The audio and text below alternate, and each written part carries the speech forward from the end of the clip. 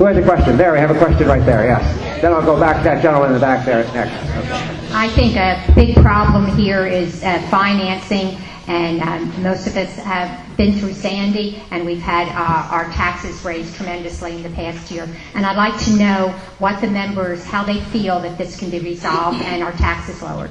Okay, taxes lowering, all right. And since the Democrats started the opening statements, I'm going to start in sort of different order. We'll start with Vince Sarah for the Republicans. And this will be a minute for everybody. Sure, I think the biggest issues right now facing most people is the salaries. One of the things we have to look at is restructuring. I know through my experience in negotiations that it's very, very hard to take away what people already have.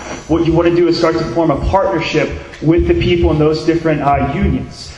And from that, start to change salaries going forward. As you do that, you'll start to see a reduction in those costs. And what you're also able to do is make sure that you keep the integrity of the services we have. There are so many people that I've talked to that have literally grabbed my hand and made me promise that I would not take away their services. But at the same time, the thing that they ask is to find a way to make it cost effective so that people can afford to stay here. Thank you. Frank Kern. I appreciate the question. It is unreasonable to expect that we could have corrected 22 years of fiscal mismanagement in the first 3 months of our majority. After all, the 2013 budget was introduced in March of 2013 after we had the majority for only 3 months. But let's look at what we have done to reduce taxes in the future. We've eliminated longevity pay in new contracts. We've decreased starting salaries in the fire department. We've eliminated 16 full-time positions, saving $600,000. We have a part-time CFO and a part-time purchasing agent instead of full-time positions. We've initiated the concept of part-time firefighters. We are looking at options at the golf course to get this tax burden off our backs. And we have replaced no-bid engineering contracts with a pool of qualified contractors. We've also begun to address unfunded liabilities, $4.5 million worth we were bound with when we... Thank you, sir. Your time is up. Andy Simpson.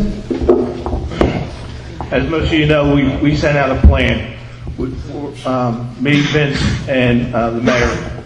We come with action. We don't sit there and blame people.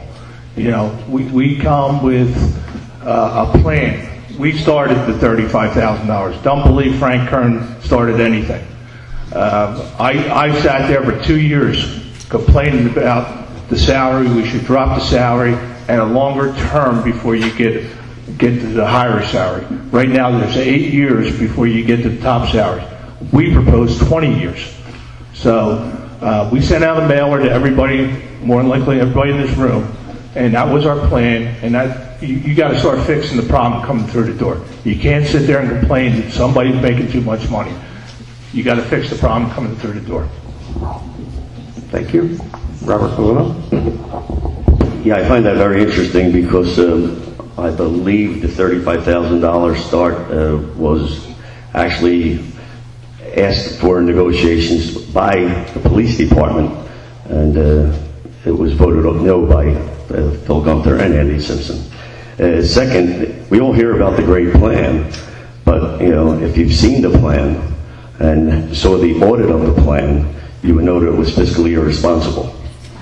The auditors, and I have a copy of the audit right here if anybody cares to see it, I mean, they were anticipating revenue from FEMA. As anybody who's been displaced knows, you don't necessarily get that money right away. You can't have it that certain year.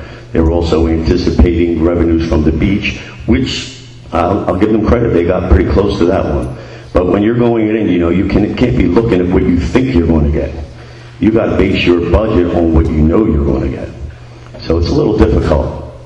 If you ever bought a car, you better know, or as Andy Simpson said, you know, if you're going to buy a house, you better know what you're spending for it. Thank you. Phil Gunther. The question was asked about budgets after Sandy. You're absolutely correct. For 2 years we've had budget increases. Councilman Simpson and I have had 2 years of plans that would have worked to not have a tax increase last year and have a minimal tax increase the year before. The truth of the matter is that there have been over budgeting in certain areas and still raising your taxes. So you're not getting what you're paying for.